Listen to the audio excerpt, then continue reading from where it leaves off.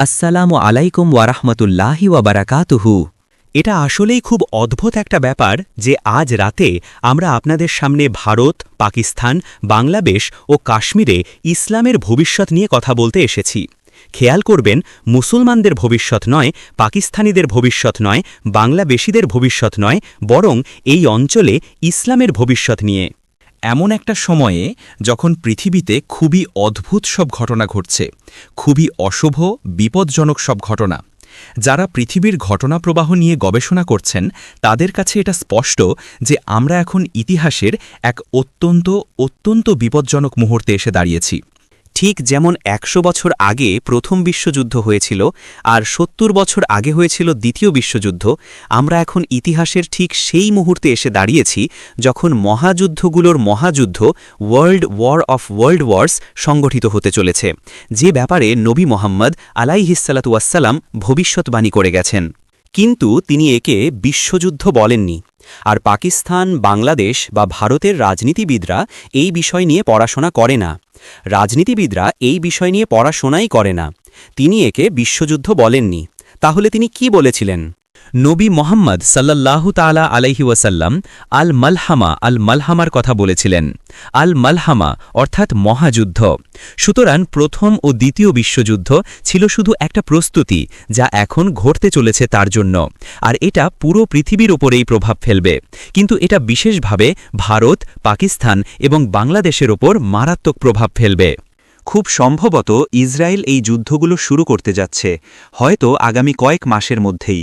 এর লক্ষ্যবস্তু হতে পারে ৪টি দেশের যে কোনো একটি, আর আপনারা তা ইতিমধ্যেই জানেন। এটা হতে পারে পাকিস্তান, আর পাকিস্তানিরা এটা জানে।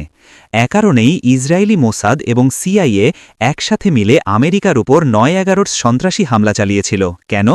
কারণ তারা আফগানিস্তানে ঢোকার একটা সুযোগ খুঁজছিল, যাতে তারা আফগানিস্তানে কয়েক লক্ষ সৈন্য পাঠাতে পারে এবং আফগানিস্তানকে ঘাঁটি হিসেবে ব্যবহার করে পাকিস্তানকে অস্থিতিশীল করতে পারে। একমাত্র যারা এটা বোঝে না তারা হলো রাজনীতিবিদরা। বাকি সবাই এটা বোঝে।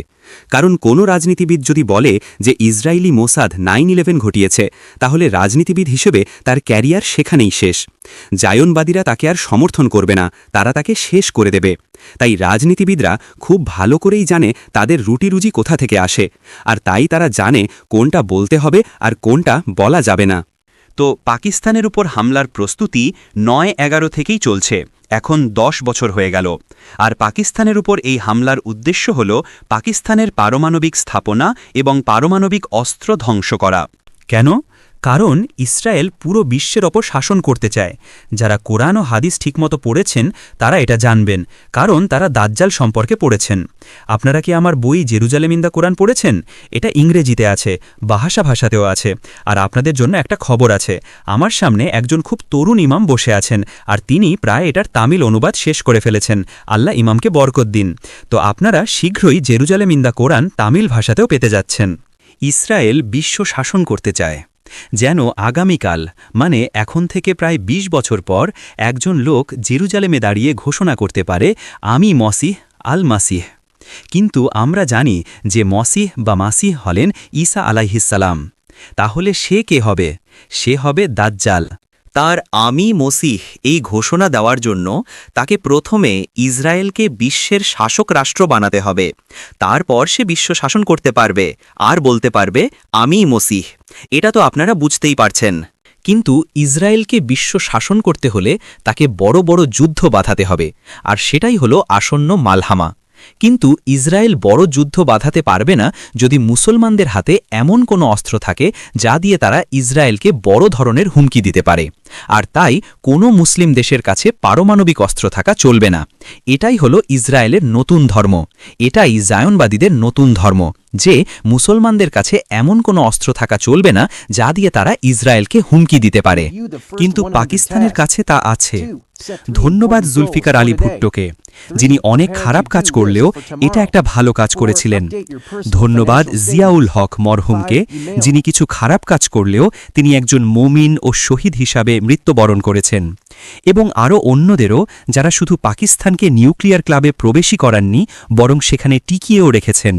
পাকিস্তানের ওপর হামলা চালিয়ে তার পারমাণবিক স্থাপনা ও অস্ত্র ধ্বংস করতে হলে আপনাকে পাকিস্তানকেও ভেঙে টুকরো টুকরো করে দিতে হবে, যেন পাকিস্তান আর কখনো মাথা তুলে দাঁড়াতে না পারে, কারণ পাকিস্তানিরা প্রচণ্ড ক্ষুব্ধ হবে। এই কাজটা কে করবে? পাকিস্তানকে ভাঙার কাজ? এই প্রশ্নের উত্তর দেওয়ার জন্য আপনার পিএইচডি ডিগ্রির দরকার নেই, তাই না? আমেরিকার পর আজকে বিশ্বে ইসরায়েলের সবচেয়ে বড় কৌশলগত মিত্র হল ভারত। ভারত একসময় ভারতীয় জাতীয় কংগ্রেসের অধীনে একটি ধর্মনিরপেক্ষ দেশ ছিল, কিন্তু এখন ভারত হয়ে গেছে হিন্দু ভারত। গান্ধীর হিন্দু ভারত নয়, এটা অন্য এক ধরনের হিন্দু ভারত। আর এই হিন্দু ভারত এক কৌশলগত মৈত্রীতে ইসরায়েলের সাথে জোটবদ্ধ হয়েছে। আর তাই পাকিস্তানকে পারমাণবিক অস্ত্রমুক্ত করতে এবং তাকে ভেঙে টুকরো টুকরো করে দেওয়ার এই প্রচেষ্টায় ভারত একটি গুরুত্বপূর্ণ ভূমিকা পালন করতে যাচ্ছে। আমার বিশ্বাস ভারতের মুসলমানরা এটা ইতিমধ্যেই জানে, তারা এটা জানে। তো এটা হলো আসন্ন সম্ভাব্য যুদ্ধগুলোর একটি। দ্বিতীয়টি হলো ইরানের ওপর হামলা।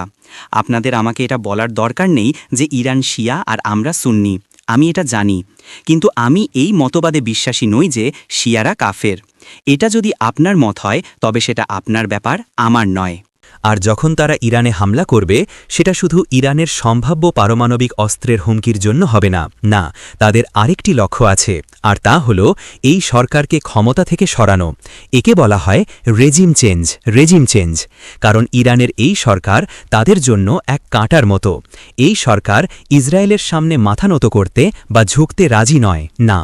যেমনটা ছিল গাদ্দাফির অধীনে লিবিয়া ইসরায়েলের সামনে মাথা নত করেনি। আর যদি তুমি ইসরায়েলের সামনে মাথা নত না করো, তাহলে আমরা তোমার বিরুদ্ধে কিছু বোকা মুজাহিদ পাঠিয়ে দেব, কিছু মূর্খ যারা নিজেদের মুজাহিদ বলে দাবি করে, তারা মূর্খ।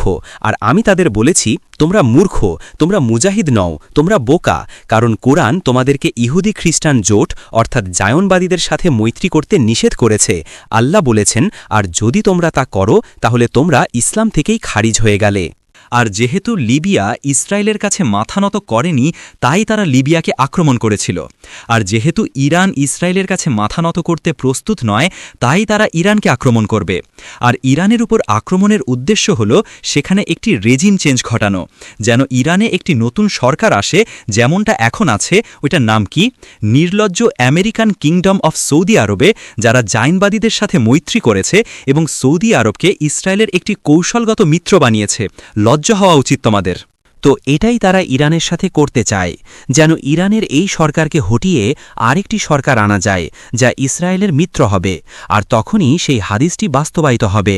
আপনারা জানেন তো যে ইস্পাহানের ৭০,০০০ ইহুদি দাজ্জালকে অনুসরণ করবে, ইরানের এই সরকারের অধীনে নয়। তৃতীয় সম্ভাব্য যুদ্ধক্ষেত্র হতে পারে সিরিয়া, কারণ তারা শুধু লিবিয়ার মতো সিরিয়ায় রেজিম চেঞ্জ ঘটিয়ে ইসরায়েল বান্ধব সরকার আনতে চায় না, তারা এর চেয়েও বেশি কিছু করতে চায়। ইসরায়েল রাশিয়ার মিত্র, আর আপনারা যদি আমার ইয়াজুজ ও মাজুজ বইটি পড়ে থাকেন তবে জানবেন যে রাশিয়া এবং তার মিত্ররা হল মাজুজ, আর অ্যাংলো আমেরিকান ন্যাটো জোট হল ইয়াজুজ।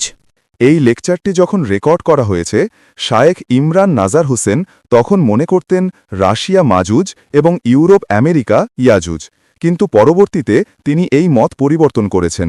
ইউরোপের লাল চুলের মানুষদের তিনি ইয়াজুজ মাজুজ বলে মনে করেন। আর সেই ইয়াজুজ মাজুজের যুদ্ধ আসন্ন। এটা হবে এক পারমাণবিক যুদ্ধ। এই যুদ্ধ যখন শেষ হবে তখন পৃথিবীতে খুব অল্প কিছু মানুষই বেঁচে থাকবে। আজ থেকে হয়তো ২০ বছরের মধ্যে পৃথিবীর বর্তমান জনসংখ্যার খুব সামান্য একটি অংশই জীবিত থাকবে।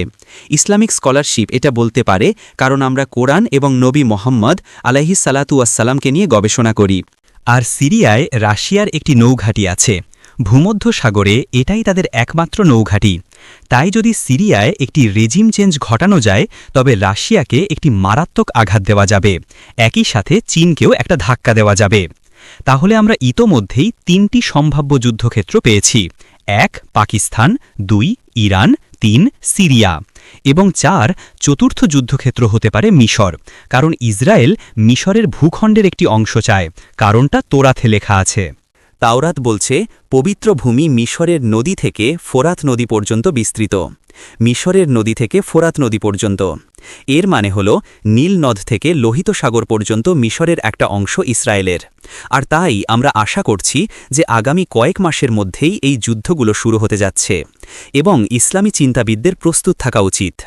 যদি ভারত পাকিস্তানকে আক্রমণ করতে, পারমাণবিক অস্ত্র মুক্ত করতে এবং টুকরো টুকরো করে ফেলার চেষ্টায় কোনো কৌশলগত ভূমিকা নেয়, তাহলে ইসলামী চিন্তাবিদদের কি করা উচিত?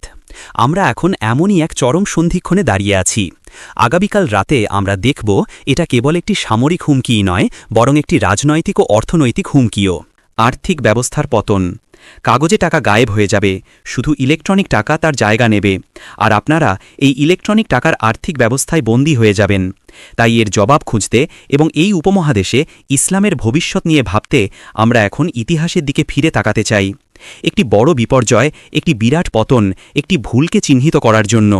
যখন আমরা সেই বড় ভুলটা চিনতে ও বুঝতে পারব, যেটা দেশভাগের সময় করা হয়েছিল, যখন ব্রিটেন উপনিবেশের অবসান ঘটাচ্ছিল এবং পাকিস্তান নামক প্রজাতন্ত্রের জন্ম হয়েছিল এবং তারপর বাংলাদেশ নামক প্রজাতন্ত্রের জন্ম হল, তখন আমরা, বিশেষ করে ভারতের মুসলমানরা, সামনের পথটা ভালোভাবে বুঝতে পারব। এখন সংক্ষেপে, কারণ আমাদের হাতে পুরো রাত নেই, ইসলাম পৃথিবীকে একটি রাজনৈতিক ব্যবস্থা দিয়েছে, কিন্তু এটা প্রথমবারের মতো নবী মোহাম্মদ আলাইহিসসালামের মাধ্যমে আসেনি। না, এটা প্রথমবারের মতো এসেছিল নবী দাউদ আলাইহিসসালামের মাধ্যমে এবং নবী সুলাইমান আলাইহিসসালামের মাধ্যমে পবিত্র ভূমি ইসরায়েলে, এবং সেই পবিত্র ইসরায়েল রাষ্ট্র আল্লাহকে সার্বভৌম বা আল মালেক হিসাবে স্বীকৃতি দিয়েছিল, আল্লাহর কর্তৃত্বকে সর্বোচ্চ বা আল আকবার হিসাবে মেনে নিয়েছিল, আল্লাহর আইনকে সর্বোচ্চ আইন বা আল হাকাম হিসাবে স্বীকার করেছিল। ভারত, পাকিস্তান এবং বাংলাদেশ বা দক্ষিণ এশিয়ায় মুঘলদের শাসন ছিল, যেমন তুরস্ক ও আনাতোলিয়ায় অটোমান সাম্রাজ্যের শাসন ছিল। এগুলো রাজতন্ত্র হলেও তারা ইসলামকে ব্যবহার করত, তাই খেলাফতের একটা খোলস সেখানে ছিল, যেখানে আল্লাহকে সার্বভৌম হিসেবে মানা হতো এবং তারা শরিয়া বলবৎ করত। যতদিন না ব্রিটেনের আবির্ভাব হল এবং ব্রিটিশ সেনাবাহিনী ফরাসি ও জার্মানদের সাথে মিলে ইসলামী বিশ্বকে জয় করে উপনিবেশ বানিয়েছিল। মুসলিম ভারত ব্রিটিশ শাসনের অধীনে ছিল কতদিন? হয়তো 100-200 বছর বা তারও বেশি। এটা কি কোনো দুর্ঘটনা ছিল? না, এটা ছিল দাজ্জালের কাজ। হ্যাঁ, অবশ্যই, কারণ দাজ্জাল পরিবর্তন আনতে চেয়েছিল। সে চেয়েছিল এই পুরো মুসলিম উম্মাকে তার বানানো এক নতুন রাজনৈতিক ব্যবস্থায় বন্দী করতে। তাই যখন ব্রিটেনের বিদায় নেওয়ার সময় এলো, সেটাও কোনো দুর্ঘটনা ছিল না। না, ব্রিটেন বিদায় নিতে চেয়েছিল, কিন্তু এই শর্তে যে পেছনে যা কিছু থাকবে তা হবে ইউরোপীয় রাজনৈতিক ব্যবস্থার কার্বন কপি। হ্যাঁ, অবশ্যই। তাই আপনারা বলতে পারেন, পাকিস্তান কা মতলব কিয়া, লা ইলাহা ইল্লাল্লাহ। কিন্তু আমি জানতে চাই, দাজ্জাল কেন ওই আম গাছের আড়ালে লুকিয়ে হাসতে হাসতে গড়িয়ে পড়ছে? সে এত খুশি কেন? আপনারা কি বোঝেন না? আরে বোকার দল! আপনারা দারুল ইসলাম ত্যাগ করেছেন, আপনারা খেলাফত ত্যাগ করেছেন এবং আধুনিক রাষ্ট্রকে গ্রহণ করেছেন, যা ইউরোপে তৈরি হয়েছে, যেখানে ঘোষণা করা হয় যে আল্লাহ আর আল মালিক নন, এখন রাষ্ট্রই আল মালিক, আর এটাই শির্ক। আল্লাহ আর আল আকবার নন, এখন রাষ্ট্রই আল আকবার, আর এটাই শির্ক। আল্লাহ আর আল হাকাম বা আইন প্রণেতা নন, এখন রাষ্ট্র আইন তৈরি করে, আর এটাই শির্ক। কেন কেন কেন ডক্টর মোহাম্মদ ইকবাল এটা বুঝতে পারলেন না? কেন কেন কেন কেন মোহাম্মদ আলী জিন্না এটা বুঝতে পারলেন না? বাইরে আমার একটি ছোট বই আছে, দয়া করে ওটা পড়বেন, Iqbal and Pakistan's moment of truth. Doctor Iqbal একজন মহান পণ্ডিত এবং আমি তাকে অত্যন্ত শ্রদ্ধা করি। আমি যখন ডক্টর ইকবাল সম্পর্কে কোনো সমালোচনামূলক মন্তব্য করি, তখন আমার চোখে তার মর্যাদা বিন্দুমাত্র কমে যায় না। তিনি এখনও একজন মহান মহান পণ্ডিত। কিন্তু এর সবচেয়ে বড় দায় ডক্টর ইকবালের কাঁধেই বর্তায়, কারণ তিনি চিনতে পারেননি যে আধুনিক রাজনৈতিক ব্যবস্থা এবং রাষ্ট্রের মডেল যা ইউরোপ থেকে আসছিল এবং যা মুস্তফা কামাল 1922 সালে খেলাফতকে তুরস্কের ধর্মনিরপেক্ষ রাষ্ট্র দিয়ে প্রতিস্থাপন করতে গ্রহণ করেছিলেন এবং যা ইকবাল সমর্থন করেছিলেন এবং তার বই the reconstruction of religious thought in ইসলামে উল্লেখ করেছিলেন। তিনি বলেছিলেন যে রিপাবলিকান রাষ্ট্রের আধুনিক সংসদ খেলাফতের জন্য একটি যথাযথ বিকল্প এবং প্রতিস্থাপন। কি ইকবালে কথা বলেছেন? এটা কী ধরনের বাজে কথা যে ধর্মনিরপেক্ষ রাষ্ট্রের আধুনিক সংসদ খেলাফতের যথাযথ প্রতিস্থাপন হতে পারে? এটা একটা বাজে কথা, কিন্তু ইকবালের যে মর্যাদা ছিল সেই কারণে পুরো উপমহাদেশের মুসলিম ধর্মীয় চিন্তা ইনশা আল্লাহ একই স্রোতে গা ভাসিয়ে দিল পাকিস্তান নামে একটি আধুনিক ধর্মনিরপেক্ষ রাষ্ট্র তৈরি করতে। আপনি পাকিস্তানের মাথায় পাগড়ি পরাতে পারেন, পাকিস্তানের দাড়ি গজাতে পারেন, আর পাকিস্তানকে সুন্নতি পোশাকও পরাতে পারেন, কিন্তু এটা তারপরেও একটা ধর্মনিরপেক্ষ রাষ্ট্রই থাকবে। আরে বোকার দল, এটা পৃথিবীর অন্য সব ধর্মনিরপেক্ষ রাষ্ট্রের মতোই একই ভিত্তির ওপর তৈরি একটি রাষ্ট্র। সংবিধানে আপনি যাই লিখুন না কেন, কারণ ভণ্ডামির কারণে কেউই এসব নিয়ে মাথা ঘামায় না। আর তাই যখন পাকিস্তানের জন্ম হল, মুসলিম ভারত ইসলামী রাজনৈতিক তত্ত্বকে বিদায় জানালো, তারা দারুল ইসলামকে বিদায় জানালো, তারা খেলাফতকে বিদায় জানালো। আর তখন এক নতুন অদ্ভুত প্রাণীর জন্ম হল, আগে কখনো তাকে দেখিনি, জীবনে প্রথমবার দেখছি, যার নাম মুসলিম জাতীয়তাবাদ। হ্যাঁ, আগে কখনো এর কথা শুনিনি। আপনারা জানেন জার্মান জাতীয়তাবাদ আছে, ব্রিটিশ জাতীয়তাবাদ আছে, রুশ জাতীয়তাবাদ আছে, কিন্তু আপনারা পাকিস্তানি জাতীয়তাবাদ শব্দটি ব্যবহার করতে চান না। তাই আপনারা বলেন আমরা এই নতুন রাষ্ট্র তৈরি করছি মুসলিম জাতীয়তাবাদ নামে কিছুর ভিত্তিতে। কি জঘন্য কথা! এর চেয়ে বাজে কথা আমি জীবনে শুনিনি। যারা মুসলিম জাতীয়তাবাদের কথা বলে, যা ছিল পাকিস্তানি জাতীয়তাবাদ এবং তারপর বাংলাদেশি জাতীয়তাবাদ, বাংলা জাতীয়তাবাদ এবং তারপর ভারতীয় জাতীয়তাবাদের সিঁড়ি, তারা কি কখনো কোরআন পড়েনি? ইয়া আইয়ুহান নাসু ইন্না খলাকনাকুম মিন যাকারিন ওয়া উনসা। হে মানবজাতি, আমি তোমাদেরকে একজন পুরুষ এবং একজন নারী থেকে সৃষ্টি করেছি। ওয়া জাআলনাকুম শুউবান ওয়া কাবাইলা লিতাআরাফু, এবং তারপর তোমাদেরকে বিভিন্ন জাতি ও গোত্রে বিভক্ত করেছি। হ্যাঁ, আল্লাহ কোরআনে জাতি ও গোত্রের অস্তিত্বকে স্বীকার করেছেন, কিন্তু এরপর তিনি বলছেন লিতাআরাফু, জাতি ও গোত্র হিসেবে তোমাদের এই বৈচিত্র্য নিজেদের পরিচয়ের জন্য ইতিবাচকভাবে কাজ করা উচিত। কিন্তু এই কওমিয়ার কারণে যেন একজন নিজেকে অন্যের চেয়ে শ্রেষ্ঠ মনে না করে, এটা একটা রোগ। আল্লাহ এরপর বলেন ইন্না আকরামাকুম ইনদাল্লাহি আতকাকুম। সুতরাং হ্যাঁ, আমরা চাই তোমরা তোমাদের গোত্রীয় পরিচয় রক্ষা করো, আমরা চাই তোমরা জাতি হিসেবে তোমাদের পরিচয় রক্ষা করো, কিন্তু সেটাকে কোনো রাজনৈতিক ব্যবস্থার ভিত্তি হিসেবে ব্যবহার করো না। এটা ভুল, কারণ এর থেকে শ্রেষ্ঠত্ব এবং হীনমন্যতার জন্ম হয়। সুতরাং একটি রাজনৈতিক ব্যবস্থা হিসেবে জাতীয়তাবাদ ইসলামের অংশ নয়, আর এটাই তারা করেছিল, তারা মুসলিম জাতীয়তাবাদ তৈরি করেছিল। আর তাই যখন পাকিস্তানের জন্ম হল, ভাবুন তো কি হল? যখন পাকিস্তানের জন্ম হল, তাদের ঘাড়ে এসে চাপল পাঞ্জাবি জাতীয়তাবাদ, তারপর তাদের ঘাড়ে এসে চাপল বেলুচি জাতীয়তাবাদ, তারপর তাদের ঘাড়ে সিন্ধি জাতীয়তাবাদ, হ্যাঁ, তারপর তাদের ঘাড়ে পশতুন জাতীয়তাবাদ। আর যারা ভারত থেকে পাকিস্তানে গিয়েছিল তাদের ঘাড়ে মুহাজির জাতীয়তাবাদ। এভাবে পাকিস্তান অনেকগুলো ভিন্ন ভিন্ন জাতীয়তাবাদে বিভক্ত হয়ে গেল। আর তারপর একদিকে এক জাতীয়তাবাদ আর অন্যদিকে বাংলা জাতীয়তাবাদের মধ্যে প্রতিদ্বন্দ্বিতা, যার ফলে বাংলাদেশের জন্ম হল। কাজেই পৃথিবীর ওই অংশে যদি ইসলামের কোনো ভবিষ্যৎ থাকে, তবে তা কেবল তাদের জন্যই থাকবে, কেবল তাদের জন্য, খণ্ডকালীন মুসলিমদের জন্য নয়, আর রাজনীতিবিদদের জন্য তো একেবারেই নয়। ভারত, পাকিস্তান, বাংলাদেশ, কাশ্মীরে যদি ইসলামের কোনো ভবিষ্যৎ থাকে, তা কেবল তাদের জন্যই থাকবে যারা তৌবা করে আধুনিক ধর্মনিরপেক্ষ রাষ্ট্র থেকে, এর শিরক এবং জাতীয়তাবাদ থেকে সরে আসতে পারে এবং খেলাফত প্রতিষ্ঠার সংগ্রামে ও দারুল ইসলামের সংগ্রামে ফিরে আসতে পারে। এটাই ছিল সেই বিপর্যয় যা প্রায় ৬০-৭০ বছর আগে ঘটেছিল, যখন পাকিস্তানের জন্ম হয়েছিল এবং তারপর বাংলাদেশের জন্ম হয়েছিল। যদি আমরা সেই বিপর্যয় থেকে সরে এসে খেলাফত পুনরুদ্ধারের সংগ্রামে ফিরে আসি, তাহলে এটা জেনে মন আনন্দে ভরে উঠবে যে আমাদের আর বেশি দিন অপেক্ষা করতে হবে না।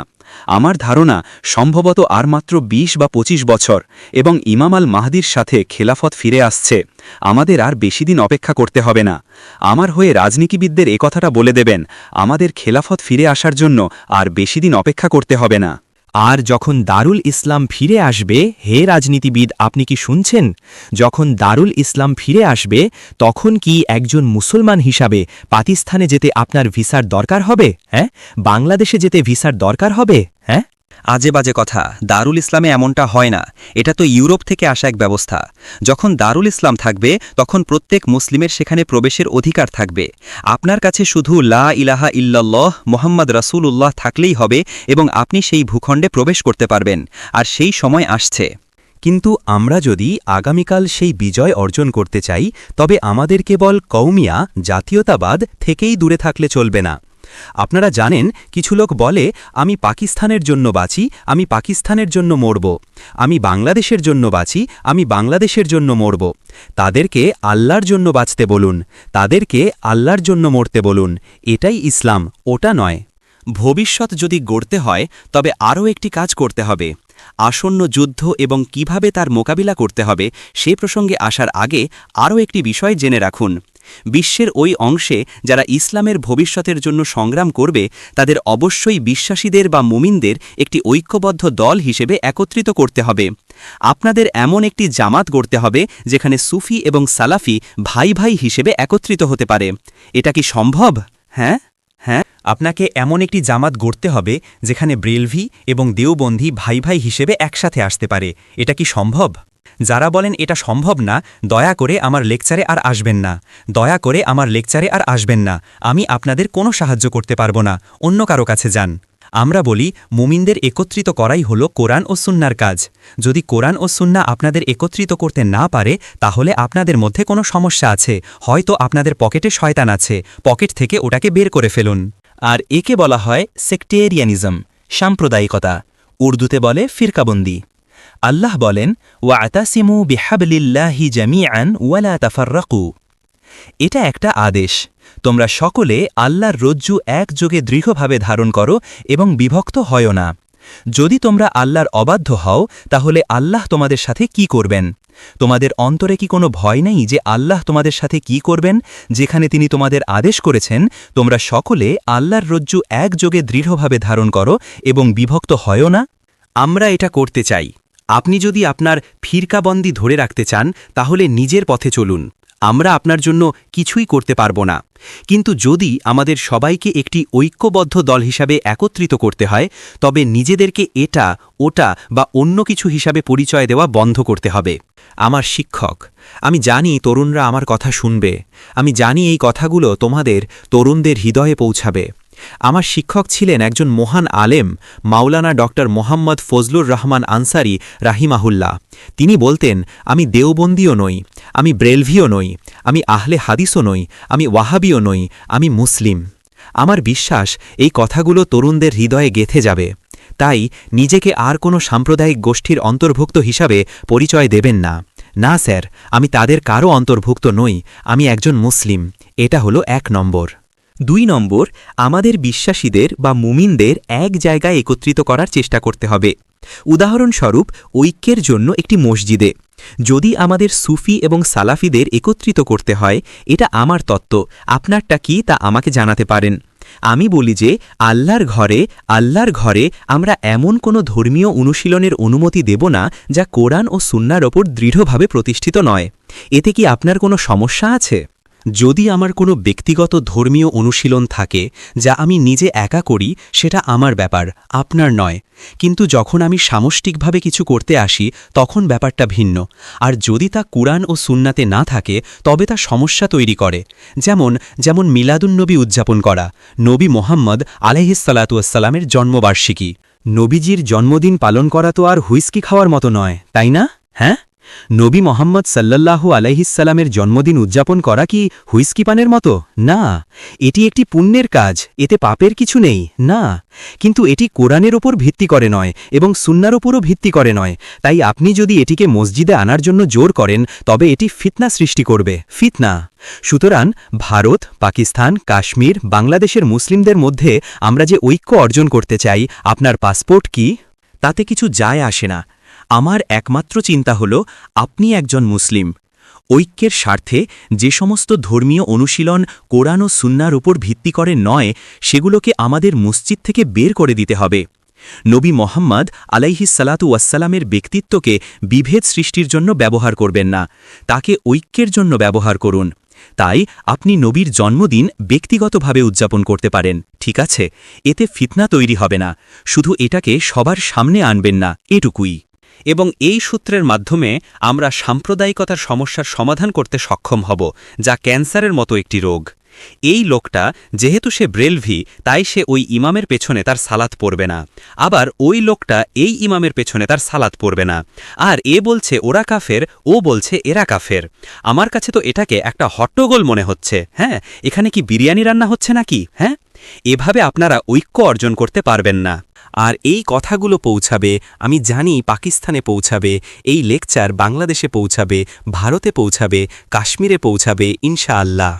আর এই কথাগুলো বিশেষ করে তরুণদের জন্য এমন কোনো ধর্মীয় অনুশীলন যা কুরআন এবং সর্বজন গৃহীত সুন্নাহ ওপর ভিত্তি করে নয়, তা মসজিদে এবং সার্বজনীন জীবনে আনবেন না। আর এভাবেই কুরআন ও সুন্নাহ আমাদের সবাইকে একত্রিত করতে পারে।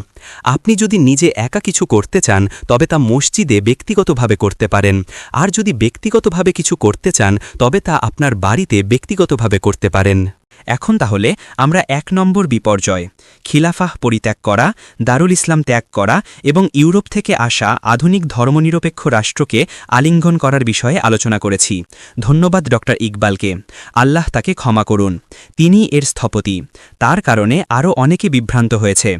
আমরা এখন বুঝতে পারছি যে আমাদের সেই বিপর্যয় থেকে নিজেদেরকে দূরে রাখতে হবে এবং বিশ্বাসীর হৃদয়কে অবশ্যই ফিরে আসতে হবে। ধর্মনিরপেক্ষ রাষ্ট্র থেকে মুখ ফিরিয়ে খিলাফাহর দিকে এবং দারুল ইসলামের দিকে ফিরে আসতে হবে। দ্বিতীয়ত, আমাদেরকে জাতীয়তাবাদকে প্রত্যাখ্যান করতে হবে এবং নিজেদেরকে এ থেকে আলাদা করতে হবে।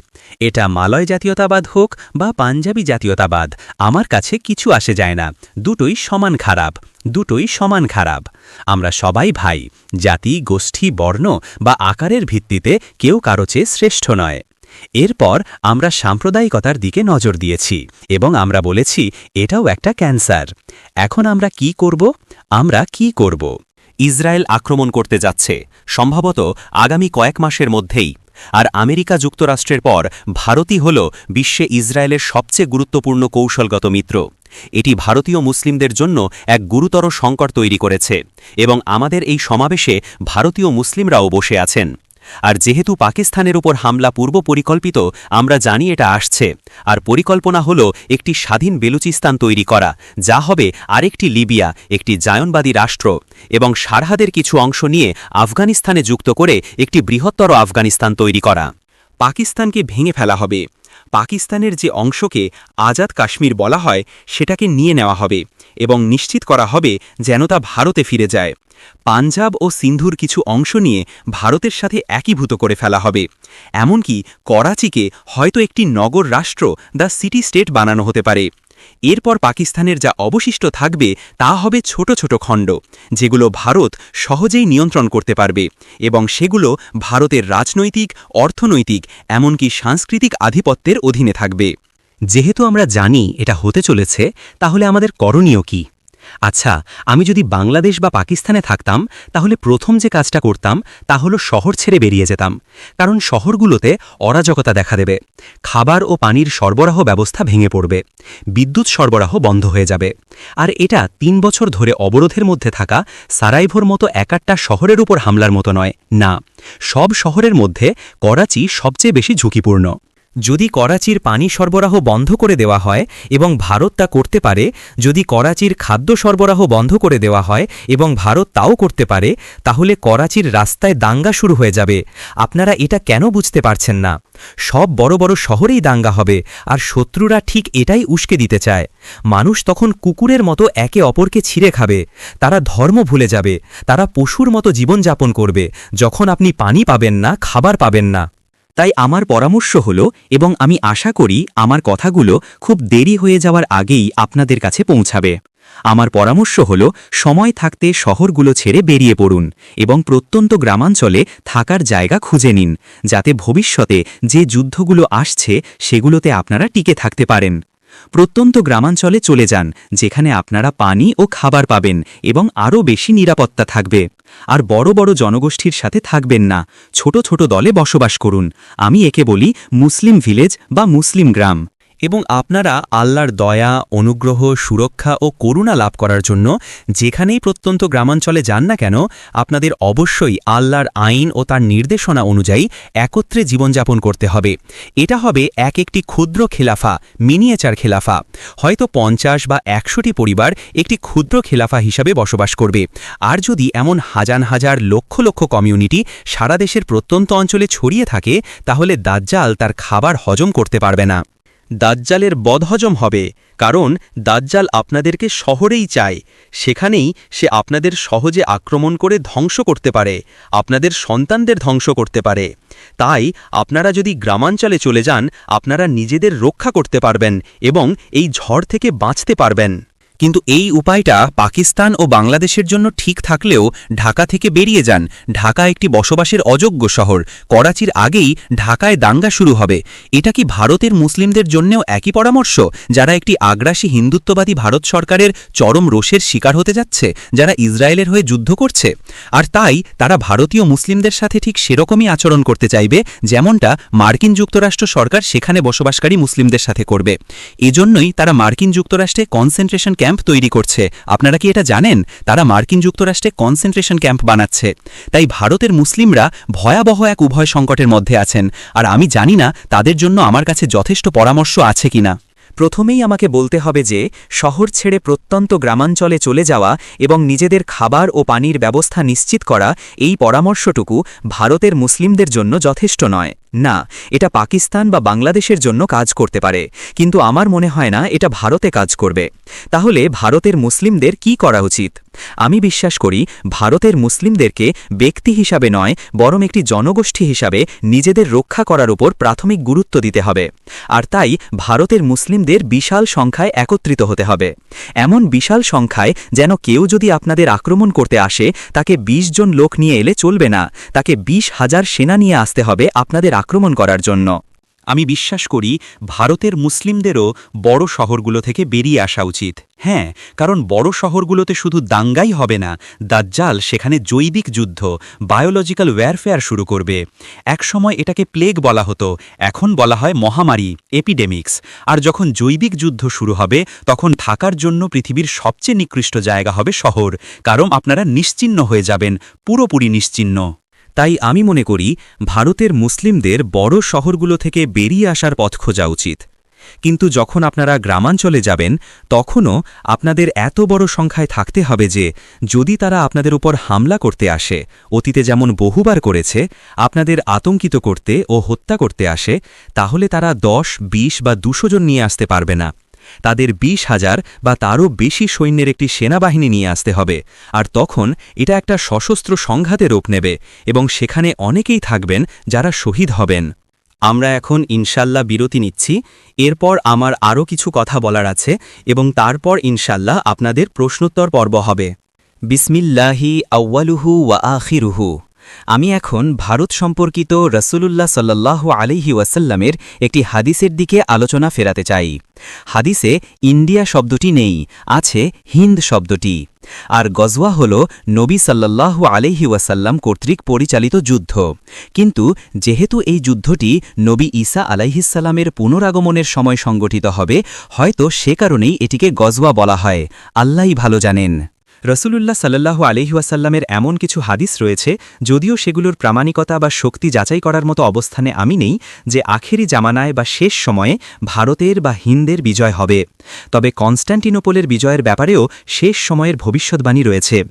কনস্ট্যান্টিনোপল এ সম্পর্কিত হাদিসটি অত্যন্ত প্রতিষ্ঠিত এবং শক্তিশালী, যেখানে রসুলুল্লাহ সাল্লাল্লাহু আলাইহি ওয়াসাল্লাম বলেছেন, যখন বাইতুল মুকাদ্দাস বা জেরুজালেম আজকের মতো জায়নবাদীদের অধীনে সমৃদ্ধ থাকবে, তখন ইয়াসরিব বা মদিনা জনশূন্য অবস্থায় থাকবে এবং বিশ্বের মঞ্চে এমনকি ইসলামিক বিষয়েও এর কোনো ভূমিকা থাকবে না।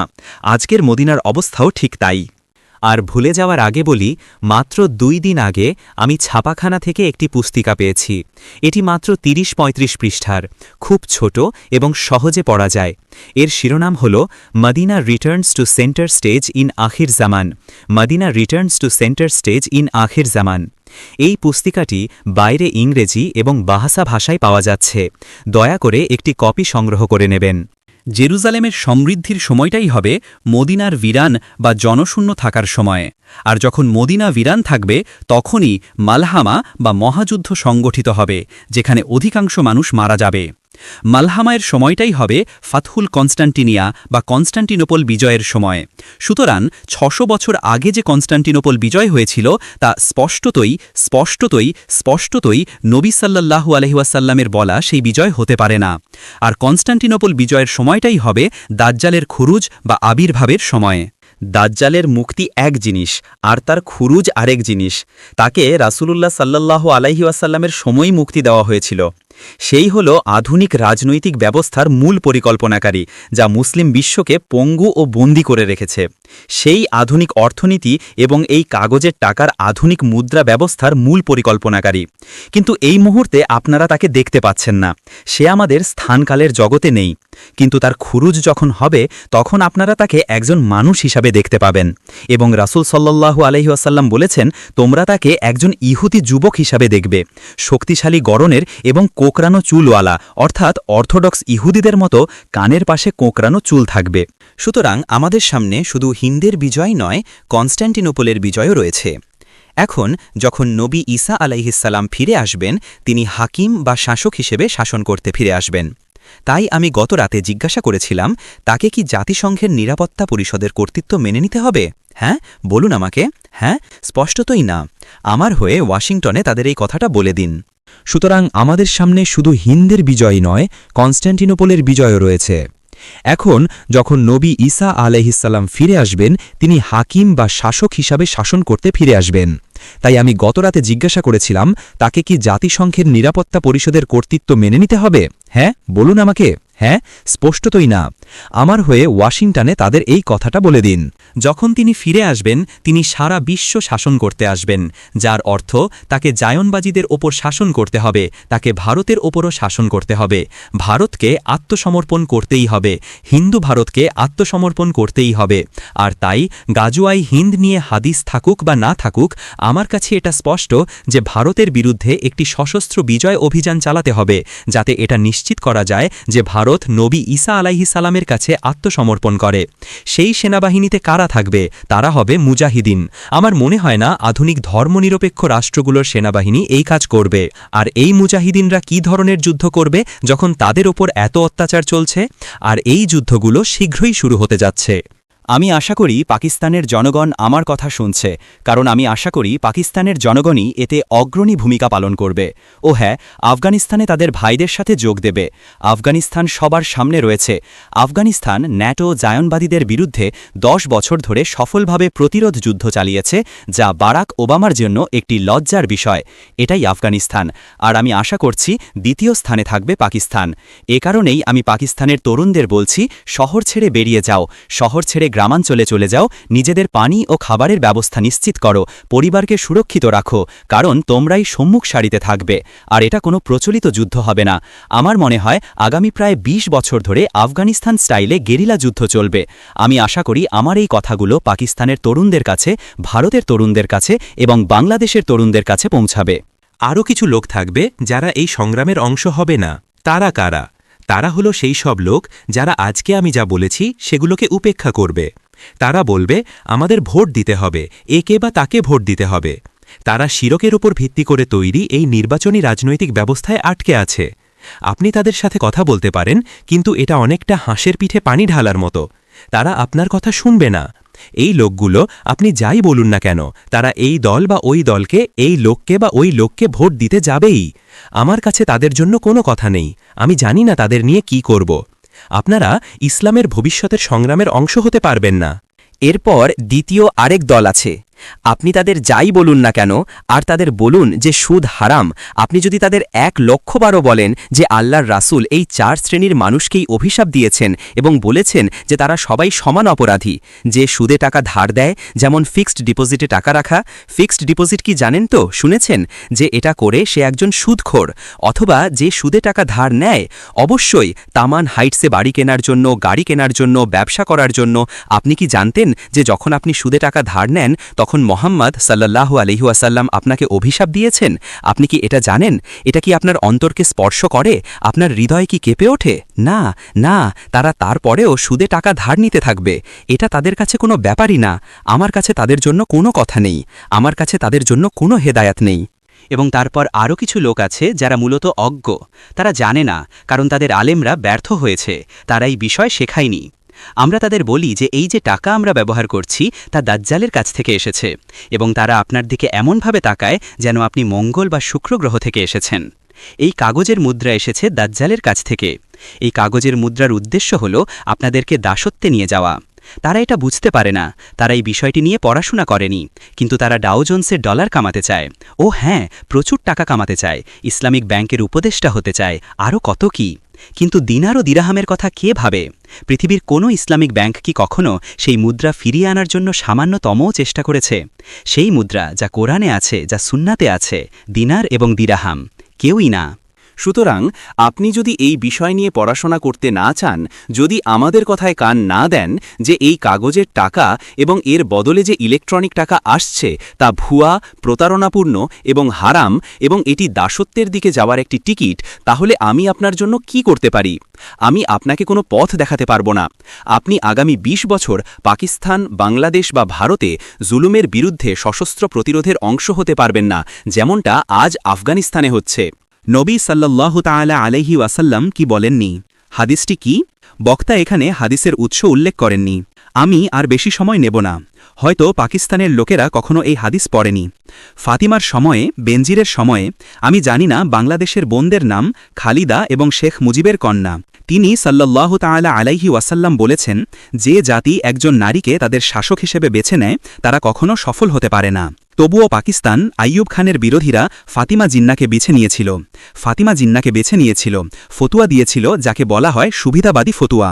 এরপর একই ঘটনা ঘটল বেনজির ভুট্টোর সাথে, আর একই জিনিস ঘটছে বাংলাদেশে।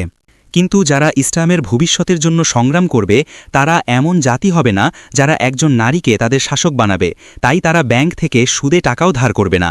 তারা এই কাগজের মুদ্রা এবং ইলেকট্রনিক মুদ্রা থেকে বেরিয়ে আসার জন্য সংগ্রাম করবে, কারণ আগামীকাল আর কাগজের টাকা থাকবে না। আগামীকাল শুধু ইলেকট্রনিক মানিই থাকবে। আর একবার তারা আপনার প্রোফাইল জেনে গেলে আপনি আপনার ব্যাংকের টাকা হারাবেন। তারা আপনার অ্যাকাউন্ট জব্দ ফ্রিজ করে দেবে। আপনি কি আমার কাছে অভিযোগ করতে আসবেন? আমি কি করতে পারবো?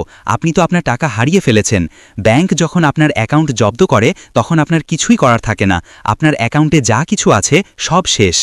হয়তো আমি অ্যাকাউন্ট থেকে টাকাটা তুলে নিতে পারতাম, কিন্তু তোলার মতো কি আছে? হ্যাঁ, এই টাকা এমন টাকা যা আপনি দেখতে পান না।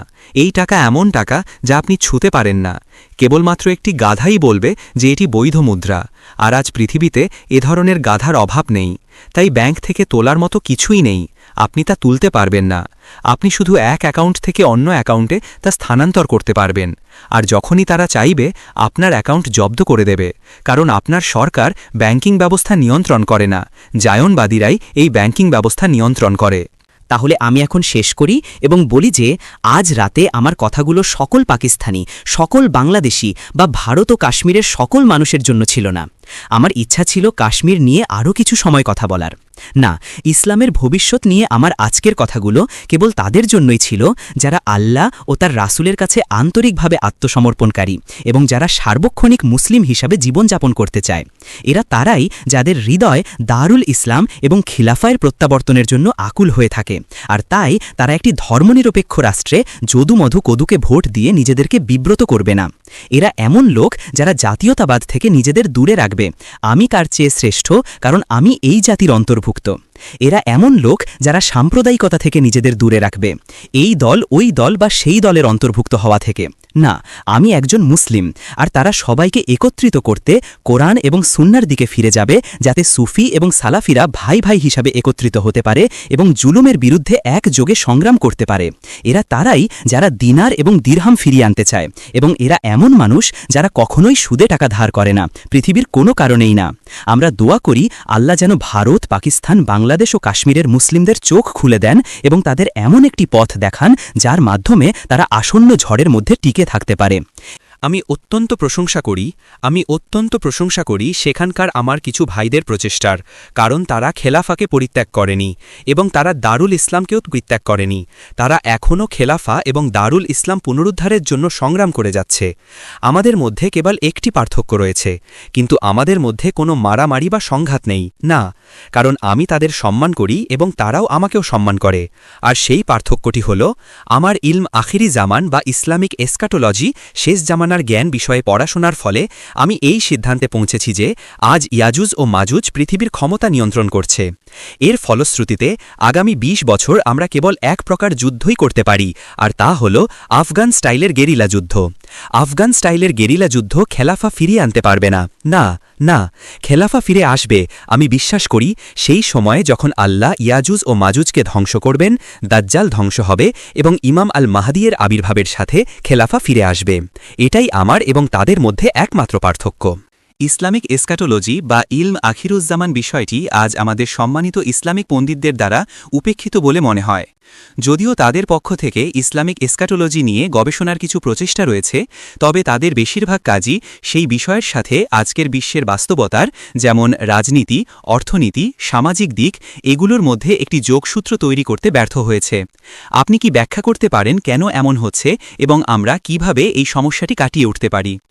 একটি খুব কঠিন প্রশ্ন, তাই না? খুব কঠিন প্রশ্ন। আমি গত রাতে মসজিদ আল গুফরানে বলেছিলাম যে আজকের বিশ্বের ইসলামিক জ্ঞানচর্চা ব্যর্থ হয়েছে এবং শোচনীয়ভাবে ব্যর্থ হয়েছে। আমাদের সামনে যে বাস্তবতা রয়েছে তা বুঝতে এবং এর যথাযথ প্রতিক্রিয়া জানাতে তারা ব্যর্থ। উমর ভাদিল, আপনারা নিশ্চয় তার নাম শুনেছেন, এবং মুরাবিতুন। আর এই দেশে গত ১৫ বছর বা তারও বেশি সময় ধরে ইমরান হোসেন। আমরা ছিলাম অরণ্যে রোদনকারী কণ্ঠ, কেউ আমাদের কথা শুনত না। যখন আমরা দিনার ও দিরহাম নিয়ে কথা বলতাম এবং বোঝানোর চেষ্টা করতাম যে এই মুদ্রা ব্যবস্থাটি ভুয়া ও প্রতারণাপূর্ণ, তখন আমরা একাই ছিলাম। যতদিন না একজন সেকুলার মানুষ, তিনি তো আর ইসলামী পণ্ডিত নন, তাই না? ড মাহাথির, তিনি কি? আমি তা জানি না। একজন সেকুলার ড মাহাথির কয়েক বছর আগে আধুনিক মুদ্রা ব্যবস্থার একটি অত্যন্ত নির্ভুল বিশ্লেষণ শুরু করেন এবং একে প্রতারণাপূর্ণ হিসেবে উন্মোচিত করেন। এবং তিনি উলামাদের ডাকেননি, তিনি দিনার ফিরিয়ে আনার আহ্বান জানিয়েছিলেন এবং তিনি বলেছিলেন অন্তত সরকার থেকে সরকার বাণিজ্যের মাধ্যমে এটি শুরু করা যাক। আমার জানা মতে আরেকজন বিশ্বনেতা যিনি এটা করেছিলেন তিনি হলেন ফ্রান্সের শার্ল দ্য গল। এই দুজন মানুষ, শার্ল দ্য গল এবং ড মোহাম্মদ মাহাথির। ইসলামের আলেমেরা কোথায়? তারা কোথায়? ইসলামের আলেমরা ব্যর্থ হয়েছেন এবং শোচনীয়ভাবে ব্যর্থ হয়েছেন। তাদের ব্যর্থতার একটি কারণ হল যে শিক্ষা ব্যবস্থা তাদের তৈরি করেছে তা অপর্যাপ্ত। আমি কয়েক বছর আগে দক্ষিণ আফ্রিকার নিউ ক্যাসেলের একটি দারুল উলুমে ইসলাম ও আন্তর্জাতিক মুদ্রা ব্যবস্থা নিয়ে একটি বক্তৃতা দিয়েছিলাম। সেই দারুল উলুমের প্রধান ছিলেন একজন অত্যন্ত বৃদ্ধ মানুষ, মাওলানা সিমা রহিমাহুল্লাহ, বয়স ৮০ কোঠায়, দারুল উলুম নিউ ক্যাসেল। আর মাওলানা সিমা এসে ঠিক আমার সামনে বসলেন, সেই বৃদ্ধ মানুষটি, এবং ২ ঘণ্টা ধরে আমার বক্তৃতা শুনলেন ইসলাম ও আন্তর্জাতিক মুদ্রা ব্যবস্থার ওপর। আমার বক্তৃতা শেষে সেই বৃদ্ধ আমাকে বললেন, জানেন, এই বিষয়টা আমাদের দারুল উলুমে পড়ানো উচিত। তিনি এটাই বলেছিলেন কারণ তিনি বুঝতে পেরেছিলেন যে এটাই সত্য, এবং তিনি এটাও বুঝতে পেরেছিলেন যে এটি পড়ানো হচ্ছে না। সুতরাং মুফতিরা আন্তর্জাতিক মুদ্রা অর্থনীতি সম্পর্কে জ্ঞান ছাড়াই ফতোয়া দিচ্ছেন। আল্লাহ আমাকে যে নিয়ামতগুলো দিয়েছেন তার মধ্যে একটি হল তিনি খুবই দয়ালু ছিলেন। আমি প্রথমে ইসলাম নিয়ে পড়াশোনা করি এবং তারপর ২টি বিশ্ববিদ্যালয়ে আন্তর্জাতিক মুদ্রা অর্থনীতি নিয়ে পড়াশোনা করি। আর তাই আমি ক্লাসরুমে কোরআনকে সাথে নিয়ে যেতাম, অবশ্যই আমার হৃদয়ে। আমি কোরআন ব্যবহার করে তাদের মুদ্রা অর্থনীতি বুঝতে সক্ষম হয়েছিলাম, আর এভাবেই আমি বিষয়টি ব্যাখ্যা করতে পেরেছি। আমাদের আজকের ইসলামী পণ্ডিতরা ব্যর্থ হচ্ছেন আংশিকভাবে, কারণ যে প্রতিষ্ঠানগুলো তাদের তৈরি করছে তা অপর্যাপ্ত। তাদের যা শেখা প্রয়োজন তার জন্য সঠিক পাঠ্যক্রম তাদের নেই। কিন্তু এই ব্যর্থতার দ্বিতীয় একটি কারণও আছে, পদ্ধতি, মেথোডোলজি। পদ্ধতি, এমন একটি পদ্ধতি চালু আছে যা এমন ছাত্র তৈরি করে যারা এই কিতাব, ওই কিতাব, সেই কিতাব পড়াশোনা করে, আর তারপর তারা এখন থেকে কিয়ামা পর্যন্ত একই কথা বারবার পুনরাবৃত্তি করতে পারে। একে বলা হয় যান্ত্রিক জ্ঞান, মেকানিক্যাল নলেজ। আপনি যান্ত্রিক জ্ঞান দিয়ে আখেরি জামানকে উপলব্ধি করতে পারবেন না। না, আখিরি জামানার গভীরে প্রবেশ করতে হলে আপনাকে এমন একজনকে অনুসরণ করতে হবে, কি যেন নাম তার? খিজির। খিজির আলাইহিসসালাম, তার কিন্তু ইয়েল বা হার্ভার্ড থেকে পিএইচডি করা ছিল না, না না না, তার কাছে বাহ্যিকভাবে অর্জিত জ্ঞান ছিল, কিন্তু এর পাশাপাশি এমন জ্ঞানও ছিল যা ওপর থেকে আসত। ওয়া আল্লামনাহু মিন লাদুন্না ইলমা, সেই জ্ঞান অর্জনের পদ্ধতিরই আজ অভাব। কিন্তু আমার আশা আছে এখনকার তরুণ ছাত্ররা যারা আজকের শূন্যস্থান পূরণ করে আগামী দিনের আলেম হবে, যারা কোরআন এবং হাদিসকে আঁকড়ে ধরে এই বিশ্বকে ব্যাখ্যা করতে পারবে এবং এর বিরুদ্ধে যথাযথভাবে রুখে দাঁড়াতে পারবে ইনশাআল্লাহ। আখেরি জামানা নিয়ে নবী আলাইহিসসালাতুয়াসাল্লামের কিছু হাদিস এমন আছে যা ধর্মীয় প্রতীকের ওপর ভিত্তি করে তৈরি, এবং এগুলোকে আক্ষরিক অর্থে বোঝা যায় না। এমনটা কেন? এর মধ্যে কি হিকমত বা প্রজ্ঞা লুকিয়ে আছে? আল্লাহ তার প্রজ্ঞায় অনেক সময় এমনভাবে হেদায়েত পাঠান যা একদম স্পষ্ট এবং পরিষ্কার, যাকে বলা হয় মুহকাম। আর কোরআনে এমন আয়াত রয়েছে যেগুলো কোরআনের হৃৎপিণ্ড, এবং সেগুলো হলো মুহকামাত, অর্থাৎ স্পষ্ট। কিন্তু আল্লাহ তার প্রজ্ঞায় কোরআনে এমন আয়াতও পাঠিয়েছেন যেগুলো মুহকামাত নয়। সূরা আলে ইমরানের শুরুতে আমার মনে হয় ৩ বা ৪ নম্বর আয়াত হবে, আল্লাহ কোরআনের দ্বিতীয় এক প্রকার আয়াতের কথা বলেছেন যেগুলোকে বলা হয় মুতাশাবিহাত। আর মুতাশাবিহাত হলো সেই সব আয়াত যেগুলোর ব্যাখ্যা বা তাউইল করা প্রয়োজন। আপনার তাউইল লাগবে, তাউইল। আর এই মুতাশাবিহাতের তাউইল কেবল তারাই করতে পারেন যারা হলেন রাসিখুনা ফিল ইলম, অর্থাৎ যারা জ্ঞানে গভীরভাবে প্রতিষ্ঠিত, কোনো যান্ত্রিক জ্ঞানে নয়, একদমই না। রাসিখুনা ফিল ইলম, যারা রাসিখুনা ফিল ইলম তারা আল্লাহর নূর দিয়ে দেখেন। আর এ কারণেই আল্লাহ তার প্রজ্ঞায় আখেরি জামানার অনেক নিদর্শনকে যান্ত্রিক জ্ঞানের নাগালের বাইরে রেখেছেন। কেবলমাত্র যারা খিজির আলাইহিসসালামের পথ অনুসরণ করবে তারাই আখেরি জামানার এই প্রতীকী ভাষা বুঝতে পারবে। আমি ফোরাত নদী আর সোনার পাহাড়ের উদাহরণ দিয়েছিলাম, যদি না শুনে থাকেন ইন্টারনেটে গিয়ে দেখে নেবেন। প্রশ্নটা সৌদি আরবকে নিয়ে, আর আমরা বলেছিলাম যে সৌদি আরব, মাফ করবেন, আমেরিকান কিংডম অফ সৌদি আরব জায়ানবাদীদের একজন মিত্র। প্রশ্নকারী জানতে চেয়েছেন আপনি সৌদি আরবের কিছু ভালো দিক কেন বলেন না? দাজ্জাল কিন্তু বোকা নয়, একদম না। আর তাই আল জাজিরাও বোকা নয়, একদম না। আরব জনগণকে ব্রেইনওয়াশ করে লিবিয়া আর সিরিয়ার বিদ্রোহের সমর্থন যোগাতে সফল হওয়ার জন্য যে বিদ্রোহগুলো ছিল জায়নবাদীদের পরিকল্পিত এবং অর্থায়নে পুষ্ট, হ্যাঁ, আল জাজিরার পক্ষে এটা করতে আর এই গবাদি পশুর পালকে ক্যাটেল ব্রেইনওয়াশ করতে হলে তার নিজের একটি প্রভাবশালী ভাবমূর্তি থাকা চাই। তাই আপনি যদি আল জাজিরা দেখেন, দুঃখিত আমার বাসায় টেলিভিশন নেই তাই আমি এটা দেখি না, আপনি দেখবেন যে তাদের কিছু প্রতিবেদন খুবই চমৎকার, তাদের কিছু অনুষ্ঠানও অসাধারণ, আরব বিশ্বের অন্য সব টেলিভিশন অনুষ্ঠানের চেয়েও ভালো, ঠিক আছে? হারুন ইয়াহিয়ার ক্ষেত্রেও একই ব্যাপার। আপনি যদি তার বই বা তথ্যচিত্রগুলো দেখেন, আমার বিশ্বাস সম্ভবত 100টা দারুল হারুন ইয়াহিয়া আছে, শুধু একটা নয়। আপনি দেখবেন যে সেগুলো অসাধারণভাবে লেখা, মান খুব উঁচু, পাণ্ডিত্যের মান খুবই উঁচু। আপনি যদি অটোমান সাম্রাজ্যের দিকে তাকান, সেখানেও একই জিনিস দেখবেন যে অটোমানরা সৌদি আরবের মতোই অনেক ক্ষেত্রে শরিয়া কার্যকর করেছিল, আর তাই তারা শরিয়া নিয়ে যা করছিল তা দেখে আমরা প্রভাবিত হয়েছিলাম অটোমান সাম্রাজ্যের প্রতি। কিন্তু আসল রহস্যটা হলো আপনাকে 95% এমন কিছু দিতে হবে যা মানুষকে মুগ্ধ করে ফেলবে, যাতে আপনি সবার অলক্ষ্যে 5% খাঁটি বিষ মিশিয়ে দিতে পারেন। কাজেই সৌদি সরকার হয়তো সাধারণ মানুষকে বোকা বানাতে পারবে, কিন্তু আমাদের বোকা বানাতে পারবে না। আপনি যদি ইহুদি খ্রিস্টান জোটের মিত্র হন, তাহলে আল্লাহ সুবহানাহু ওয়া তাআলা কোরআনের সূরা আল মায়েদার 51 নম্বর আয়াতে আপনাকে বলছেন তুমি তোমার ইসলাম হারিয়ে ফেলেছ। সৌদি নেতৃত্ব ঠিক এই কাজটাই করেছে, তারা তাদের ইসলাম হারিয়ে ফেলেছে। কাজেই তারা যত খুশি শরিয়া প্রয়োগ আর বলবৎ করুক আর মক্কাকে লাস ভেগাসের মতো বানিয়ে ফেলুক, কিন্তু আল্লাহ ও তার রাসূলের সাথে চরম বিশ্বাসঘাতকতা করার জন্য যে শাস্তি তাদের জন্য অপেক্ষা করছে তা থেকে কিছুই তাদের বাঁচাতে পারবে না। ঠিক আছে, এটুকুই শেষ প্রশ্ন হলো তারা কেন পাকিস্তানকে আক্রমণ করতে চাইবে? কারণ পাকিস্তান একটি ধর্মনিরপেক্ষ রাষ্ট্র। আমি আপনাকে উত্তর দিয়েছি। আমি বলেছি জুলফিকার আলী ভুট্টোর প্রচেষ্টার ফলে। যদিও তিনি অনেক খারাপ কাজ করেছেন, কিন্তু তার ভালো কাজগুলোর জন্য আমাদের অবশ্যই তার প্রশংসা করতে হবে। এবং জিয়াউল হক সহ আরও অনেকের প্রচেষ্টায় পাকিস্তান আজ একটি পারমাণবিক অস্ত্রধারী রাষ্ট্র। এটি বিশ্বের একমাত্র মুসলিম দেশ যার পারমাণবিক অস্ত্র রয়েছে। আর জায়নবাদীরা চায় না কোনো মুসলিম এমন অস্ত্রের অধিকারী হোক যা ইসরায়েলকে হুমকি দিতে পারে। এটাই মূল কারণ যার জন্য তারা ৯-১১ পরিকল্পনা ও বাস্তবায়ন করেছিল, যাতে তারা ৯-১১কে ব্যবহার করে শেষ পর্যন্ত পাকিস্তানকে ভেঙে ফেলতে পারে। ৯-১১ তাদেরকে আফগানিস্তানে একটি ঘাঁটি দিয়েছে, আর মুশাররফের মতো লোকদের ধন্যবাদ, যাদের কারণে তারা আফগানিস্তানে নিজেদের অবস্থানকে আরও শক্তিশালী করতে পেরেছে। সুতরাং পাকিস্তানের ওপর পরিকল্পিত আক্রমণ আসছে। কিন্তু আমার বিশ্বাস আছে যে পাকিস্তানের তরুণেরা যাদের মধ্যে এই বোধটুকু আছে যে খুব দেরি হয়ে যাওয়ার আগেই শহর ছেড়ে প্রত্যন্ত গ্রামাঞ্চলে চলে যেতে হবে, নিজের পরিবার, খাবার এবং পানির নিরাপত্তা নিশ্চিত করতে হবে, যাতে তোমরা আগামী ২০ বছর ধরে প্রয়োজনীয় গেরিলা যুদ্ধ চালানোর জন্য নিজেদের মুক্ত করতে পারো। এটা গেরিলা যুদ্ধ, কোনো প্রচলিত যুদ্ধ নয়। আমরা প্রচলিত পদ্ধতিতে তাদের মোকাবেলা করতে পারব না, কিন্তু আফগানিস্তান পথ দেখিয়েছে যে কিভাবে সফলভাবে গেরিলা যুদ্ধ করা যায়, আর পাকিস্তানের যুবকদেরও ঠিক এটাই করতে হবে। আমি দোয়া করি আল্লাহ যেন এই কথাগুলো তাদের অন্তরে গেঁথে দেন, যাতে তাদের অন্তর এই নিয়ত নিয়ে সাড়া দেয় যে আমরা যুদ্ধ করব, আমরা নিজেদের রক্ষা করতে, আমাদের পরিবারকে রক্ষা করতে এবং অত্যাচারের প্রতিরোধ করতে যুদ্ধ করব, আর আমরা কখনোই ইসরায়েলের সামনে এই হাঁটু নত করব না। আমিন। ৯-১১ তাদেরকে আফগানিস্তানে একটি ঘাঁটি দিয়েছে, আর মুশাররফের মতো লোকদের ধন্যবাদ, যাদের কারণে তারা আফগানিস্তানে নিজেদের অবস্থানকে আরও শক্তিশালী করতে পেরেছে। সুতরাং পাকিস্তানের ওপর পরিকল্পিত আক্রমণ আসছে, কিন্তু আমার বিশ্বাস আছে যে পাকিস্তানের তরুণেরা যাদের মধ্যে এই বোধটুকু আছে যে খুব দেরি হয়ে যাওয়ার আগেই শহর ছেড়ে প্রত্যন্ত গ্রামাঞ্চলে চলে যেতে হবে, নিজের পরিবার, খাবার এবং পানির নিরাপত্তা নিশ্চিত করতে হবে, যাতে তোমরা আগামী ২০ বছর ধরে প্রয়োজনীয় গেরিলা যুদ্ধ চালানোর জন্য নিজেদের মুক্ত করতে পারো। এটা গেরিলা যুদ্ধ, কোনো প্রচলিত যুদ্ধ নয়।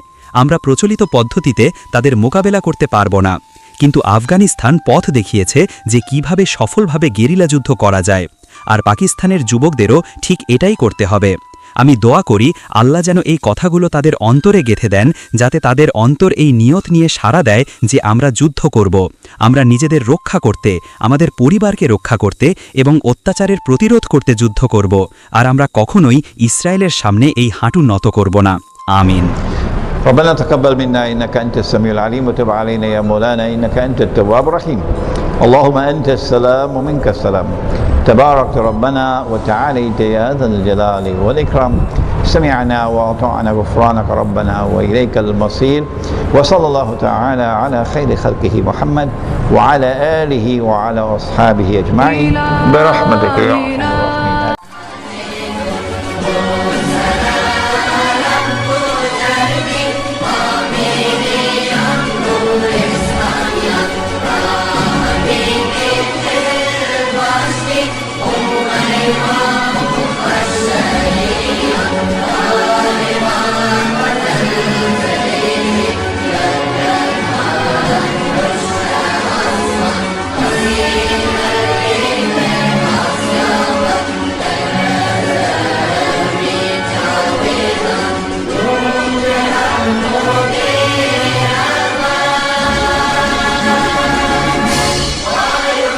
Allah